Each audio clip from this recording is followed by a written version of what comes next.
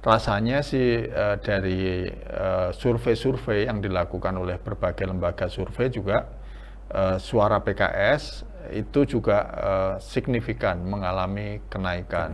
Ya, jadi lembaga survei itu jarang yang memberi PKS itu di atas 5% dulu. Iya. Walaupun faktanya sudah 3 kali pemilu kita ini di atas 8% terus ya.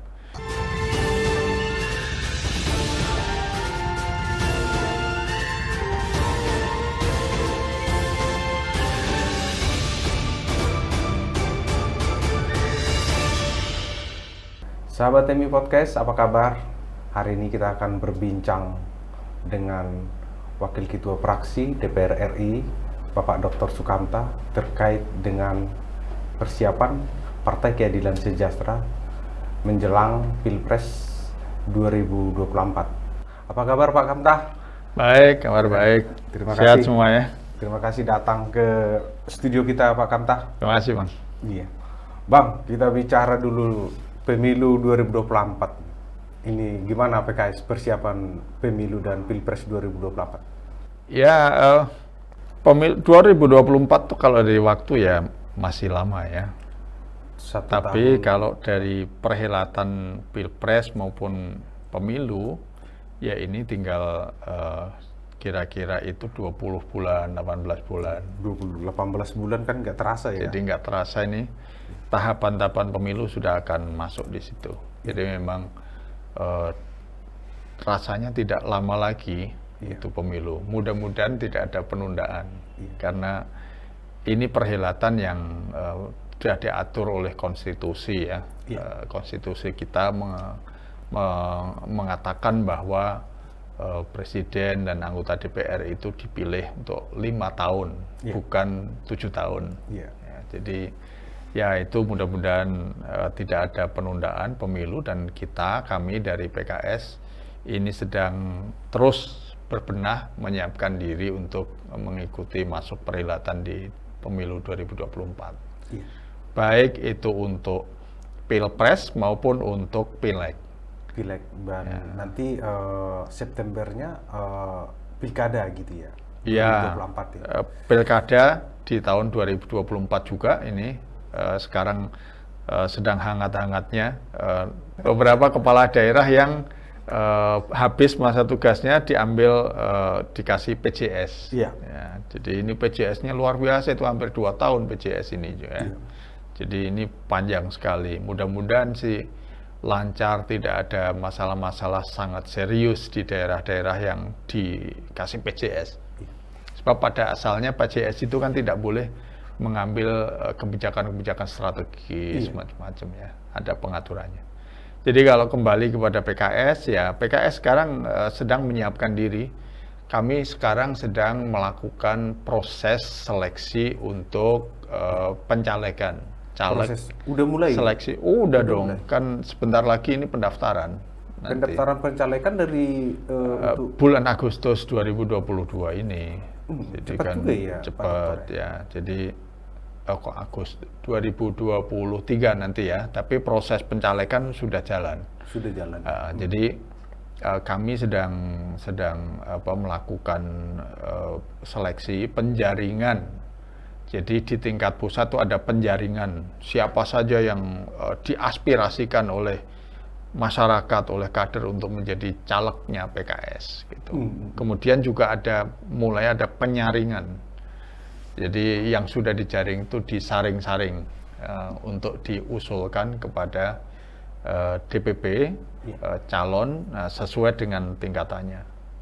Jadi ini prosesi sedang berjalan dengan masif di seluruh Indonesia. Ini PKS ini kan sebagai oposisi murni selama hampir 2014 dua ya? periode, hampir 2 periode nanti gitu. Ini ada peningkatan nggak dukungan masyarakat Indonesia ke PKS ini, Pak? Ya, kalau dari 2014 ke 2019 ada peningkatan. Ya, vote-nya, popular vote-nya itu PKS dulu dari 8,5 juta ke 11,4 juta. cukup besar kenaikannya. Hampir 3 juta ya Pak Dokter? Iya, 40-an% lah naiknya. Nah, kursinya naik dari 40 ke 50. Ya, jadi dari ukuran itu memang ada tren kenaikan. Nah, sejak pemilu 2019 sampai hari ini, rasanya sih dari survei-survei yang dilakukan oleh berbagai lembaga survei juga, suara PKS itu juga signifikan mengalami kenaikan. Ya, jadi kalau dulu sejak tahun 99, 2004, 2009, 2014, bahkan 2019, lembaga survei itu jarang yang memberi PKS itu di atas 5% dulu. Walaupun faktanya sudah 3 kali pemilu, kita ini di atas 8% terus ya. Nah, jadi baru mulai sekarang ini belum pernah ada lembaga survei yang memberi PKS di bawah 5% sejak 2019 sampai hari ini. Nah, artinya ya kita bersyukur kepada Tuhan Yang Maha Esa, rakyat Indonesia ini melihat kiprahnya PKS, baik PKS sebagai partai, sebagai institusi maupun fraksi-fraksi PKS yang ada di pusat maupun di provinsi. Mereka menilai PKS ini mungkin sudah layak untuk dijadikan pilihan politik ya. Di 2024 ya? Di 2024 ini. Termasuk juga untuk masuk di kekuasaan 2024 gitu ya? Ya, sudah saatnya. PKS ini kan di dalam pemerintahan di 99, 2004, 2009, itu kan udah 3 kali kita di pemerintahan. Di kabinet maksudnya. Nah, 2 kali ini di luar. Jadi pengalaman PKS ini udah komplit. Nah, rasanya cukuplah untuk dapat pengalaman sebagai oposisi murni selama 2 periode ya.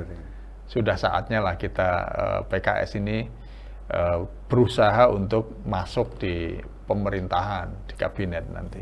Terkait dengan capres ini, Pak Kamta ini, siapa capres dari PKS yang sudah mengerucut ini, Pak?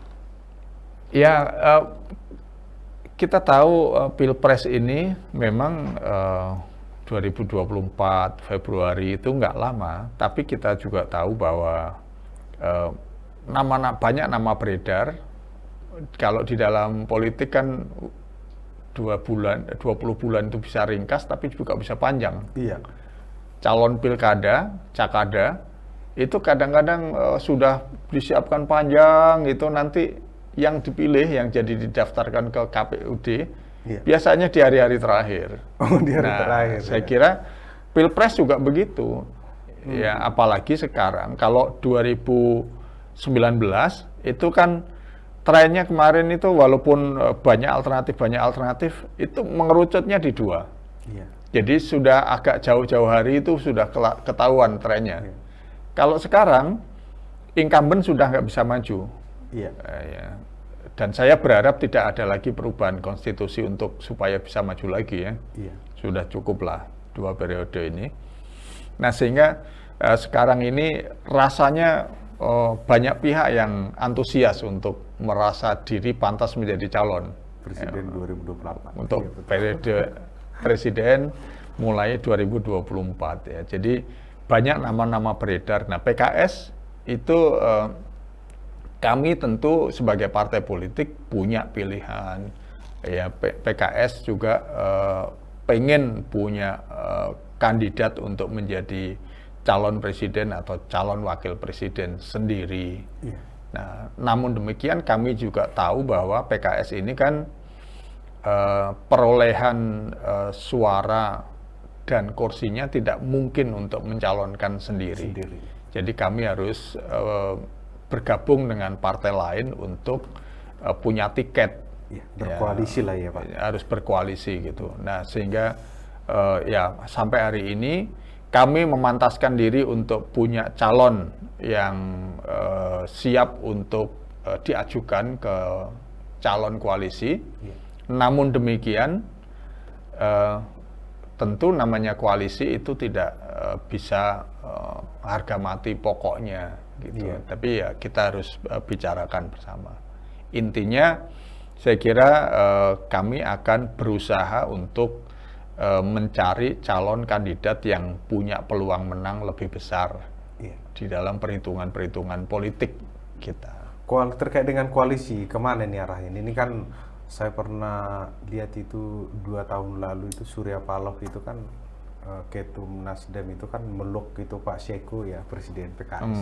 Itu ada tanda akan berkoalisi dengan Nasdem atau mungkin dengan partai-partai lainnya mungkin gitu Pak? Ya, sampai hari ini yang kami dapatkan dari arahan para pimpinan partai itu PKS siap berkoalisi dengan siapa saja, tapi kami ingin supaya koalisi yang diikuti oleh PKS itu koalisi yang punya peluang menang besar gitu. Ini yang punya peluang menang menurut PKS ini apa Bang? Ini kan masih dinamis sekarang ini ya kan. Jadi kami rasional saja, tidak emosional dalam urusan ini. Karena kami sudah tadi rasanya pengalaman kami di dalam pemerintahan maupun di luar pemerintahan sudah cukup ya, sehingga pilihan politik PKS itu cenderung rasional, tidak emosional. Pokoknya harus ini, kalau tidak ini tidak, kan kita rasional aja. Mungkin nggak mendukung seperti koalisi 2019 kemarin PKS mendukung Pak Prabowo. Mungkin lagi nggak? Semua peluang itu masih dibuka, semua pintu masih dibuka. PKS tidak menutup pintu kepada semua yang calon-calon yang merasa pantas untuk menjadi calon presiden. Kita buka pintunya. Semua masih terbuka. Semua masih terbuka. Silahkan datang kepada PKS atau PKS diundang untuk datang. Kita siap untuk berkomunikasi dan siap untuk berkoalisi. Siap juga untuk berkoalisi. Termasuk mendukung Pak Prabowo lagi kalau memang ada pembicaraan lebih lanjut mungkin gitu ya Pak? Itu salah satu kemungkinan di antara kemungkinan yang lain. Yang jelas PKS tidak menutup diri pada salah satu kandidat, sebagaimana PKS membuka kepada seluruh kandidat. Jadi ancar-ancarnya mungkin Pak Kapta? Karena memang ya bukan saya menyembunyikan, ini kan masih dinamis semua. Kita belum tahu nanti dari banyak kandidat itu berapa yang betul-betul bisa mencalonkan, yang punya tiket untuk bisa maju gitu.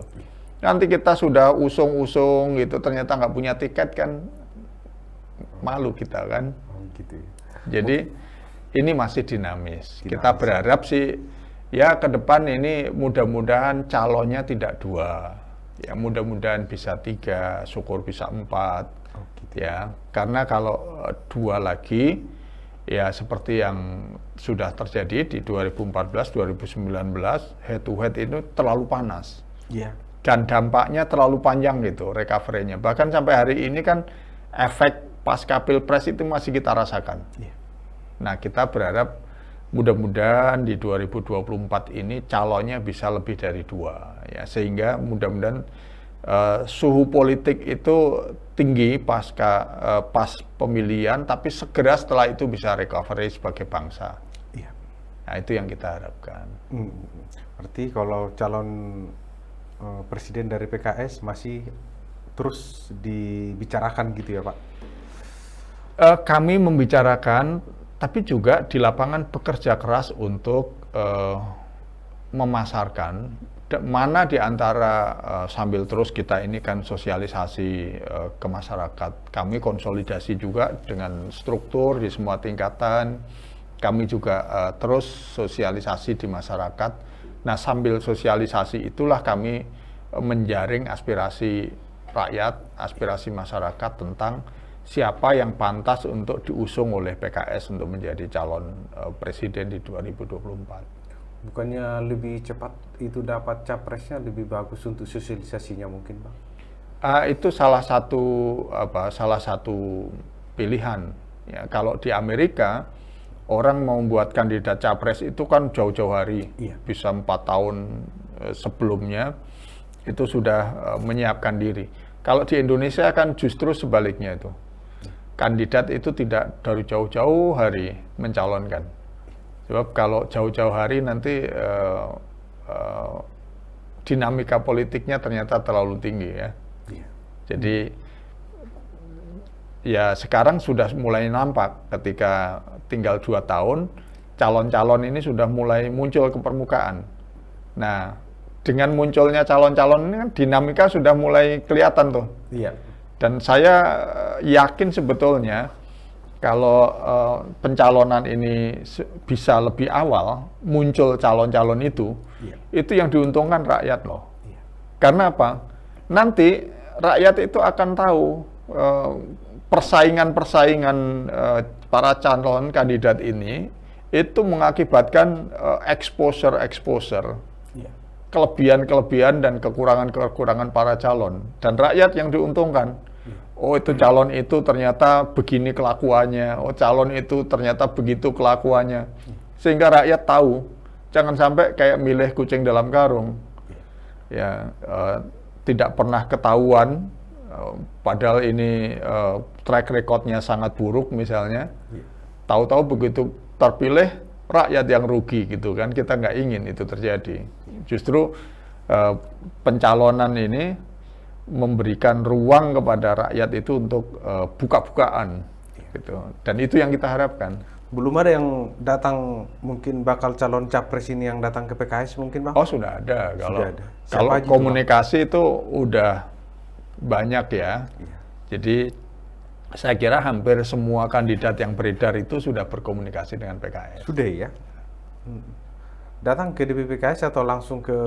Ada cara-cara komunikasi politik yang dilakukan. Ada yang datang, ada yang ketemu di suatu tempat. Gitu. Tapi yakin 2024 PKS akan masuk ke kekuasaan ya, Pak? Kita punya niat, punya keinginan begitu. Tuhan yang menentukan. Siap. Rakyat yang memberikan jalan. Iya. Oke. Baik, Pak Kanta. Terima kasih banyak, Pak Kanta. Terima kasih, Pak Lutman. Terima kasih, kita telah berbincang dengan Bapak Dr. Sukamta, Ketua DPP PKS Partai Keadilan Sejahtera. Sampai ketemu di podcast MI berikutnya.